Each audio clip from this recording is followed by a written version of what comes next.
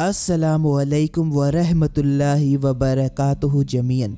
आप सबको वो वाक़या याद ही होगा जब हज़रत तमीम दारी जो पहले क्रिश्चियन सहाबी थे, जब वो सफ़र कर रहे थे उस वक्त तेज तूफान की वजह से वो रास्ता भटक गए और इसी दौरान वो एक मिस्टीरियस आइलैंड पर जा पहुँचे जहाँ उनकी मुलाकात दज्जाल से हुई। अब ये वाक़या तो आप सबको पता होगा, लेकिन इसी वाक़ये के अंदर तमीम दारी की मुलाकात सबसे पहले क्रिएचर से हुई जिसको हदीस के अंदर दाब्बा कहा गया, यानी कि बीस्ट। और ये भी मेंशन है कि उस बीस्ट का जो हुलिया बताया गया है, तमीम दारी कहते हैं कि उसके बाल बहुत घने थे, उसके चेहरे और पीठ में कोई अंतर नहीं बता सकते थे। मतलब जितने बाल उसकी पीठ पर थे उतने उसके सर पर, जिससे उसको पहचानना नामुमकिन था। हमने कहा तुम पर अफसोस हो, तुम क्या हो सकते हो? उस बीस्ट ने कहा कि मैं अल जसासा हूँ। अल जसासा यही लफ्ज़ है जिसका मतलब जासूस होगा या जासूसी करता है, मतलब कि वो दज्जाल का जासूस है। कई स्कॉलर्स के मुताबिक कि दुनिया में क्या चल रहा है ये उसकी खबरें दज्जाल तक पहुंचाता है।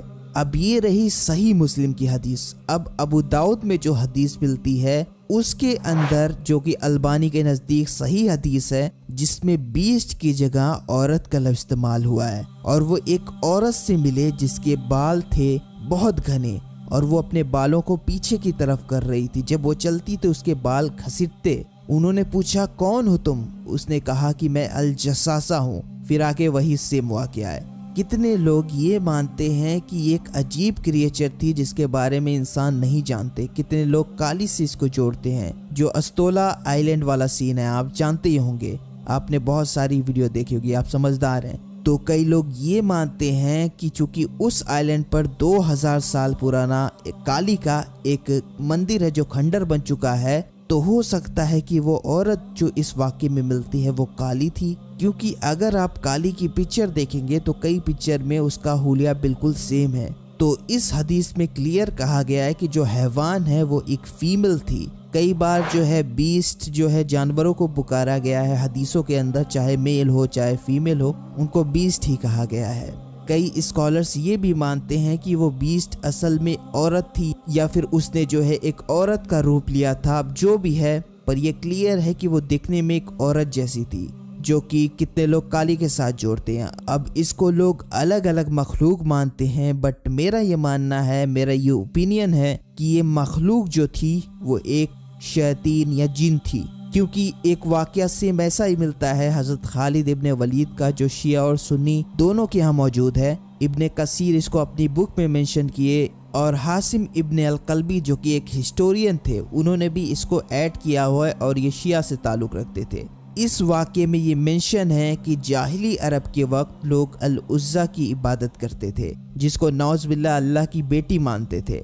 अल्लाह के रसूल ने जब मक्का को फतह किया तो वहाँ के सारे बुतों को ख़त्म कर दिया, पर कुछ जगहें ऐसी थी जहाँ अब भी उनकी इबादत हो रही थी। तो अल्लाह के रसूल सल्लल्लाहु अलैहि वसल्लम ने खालिद इब्ने वलीद को ये काम सौंपा कि वादिय नखला जाओ, जहाँ तुमको 3 दरख्त दिखेंगे, उनमें से जो पहला होगा उसको काट देना। खालिद इब्ने वलीद ने वही किया। जब वापस आए तो अल्लाह के रसूल सल्लल्लाहु अलैहि वसल्लम ने पूछा, क्या जब तुम उस दरख्त को काट रहे थे तुम्हें कुछ दिखा? उन्होंने कहा नहीं। अल्लाह के रसूल ने फिर हुक्म दिया कि जाओ दूसरा दरख्त भी काट दो। वो गए और दूसरा भी काट दिया, मगर तब भी उनको कुछ नहीं दिखाई पड़ा।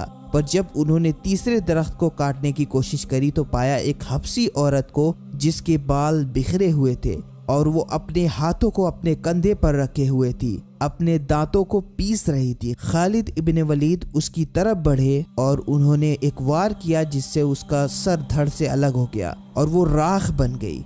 मतलब वो कोई इंसान नहीं थी। जिसके बाद उन्होंने उस पेड़ को काट डाला। और जब खालिद इब्ने वलीद ने अल्लाह के रसूल को इसके बारे में बताया तो आपने फरमाया कि वो अल-उज़्ज़ा थी, लेकिन अब वो नहीं रही। इसके बाद अरबों के पास कोई नहीं होगा, अब उसकी फिर कभी पूजा नहीं की जाएगी। बताया ये जाता है कि वो जो 3 दरख्त थे, इसके पास एक मंदिर था जहाँ अल-उज़्ज़ा की पूजा करी जाती थी और ये औरत जो असलियत में जिन थी वो उसी पेड़ पर रहा करती थी। कई बार वो जो पास के मंदिर थे उसके अंदर जो बुत रखे होते उसको ये पोजेस करती और अपने पुजारियों से कलाम करती। यही वो जगह थी अरब के अंदर जहां मक्का के फतह के बाद भी उज़्ज़ा की इबादत होती थी, क्योंकि उस डीमन की जड़ यही थी, तो उसको काटना बहुत ज़रूरी था। अब इस वाक़े में भी एक औरत का जिक्र है जो कि सिमिलर है तमीम अलदारी के वाक़े से। अब हो सकता है नहीं भी, पर मुझे कुछ चीज़ें इसमें सिमिलर लगी।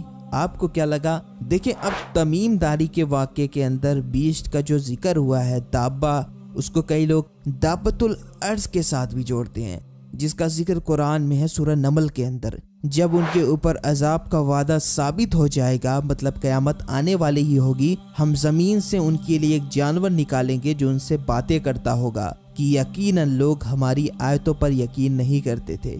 मतलब एक तरह से जब तौबा का दरवाज़ा बंद हो चुका होगा, उस वक्त ये जानवर निकलेगा जो इंसानों से कलाम करेगा और लोग अफसोस करेंगे कि हम ईमान क्यों नहीं लाए, जो काफिर होंगे, मगर उस वक्त तक देर हो चुकी होगी।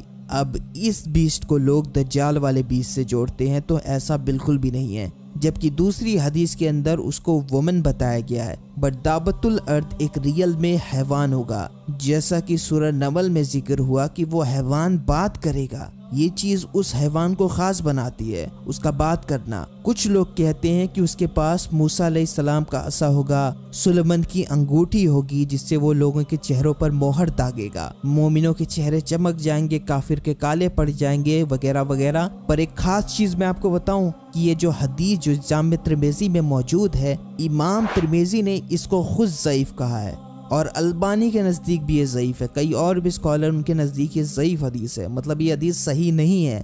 इसी तरह मसनद अहमद में हदीस है जहाँ ये मेंशन है कि वो लोगों के ऊपर मार्क छोड़ेगा जिससे मोमिन और काफिर में फ़र्क हो जाएगा। ये भी हदीस सही नहीं है। ये सब जूडियो क्रिश्चियंस की जो रिवायतें हैं, बल्कि बाइबल से नकल करके इनको लिखा गया है। यही रीज़न है कि सही बुखारी में ऐसी कोई रिवायतें मौजूद नहीं है, सिवाय कि दाबतुल अर्ज़ क़यामत से पहले ज़ाहिर होगा जब तौबा का दरवाज़ा बंद हो चुका होगा।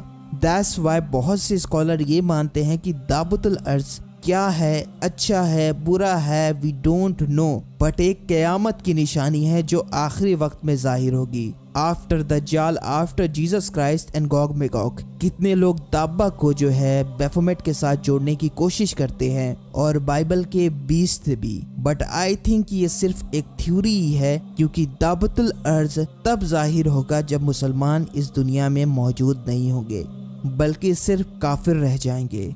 सही मुस्लिम की हदीस से यही पता चलता है। ऑल्सो कुरान खुद इसकी गवाही दे रहा है कि जब उन पर अजाब का वादा साबित हो जाएगा। कुरान यही कह रहा है ना। इससे आप क्या समझते हो, मुझे कमेंट करके ज़रूर बताएं। और जसासा के बारे में आपकी क्या राय है, ये भी मुझे ज़रूर बताएं। और वीडियो कैसी लगी, वीडियो को लाइक करें, वीडियो को शेयर करें। अगर आपने अब तक चैनल को सब्सक्राइब नहीं किया है तो चैनल को सब्सक्राइब कर लें। इंशाअल्लाह ताला मैं आपसे मिलूंगा फिर एक नई वीडियो में। अपना और बड़ों का ख्याल रखें। अल्लाह हाफिज़।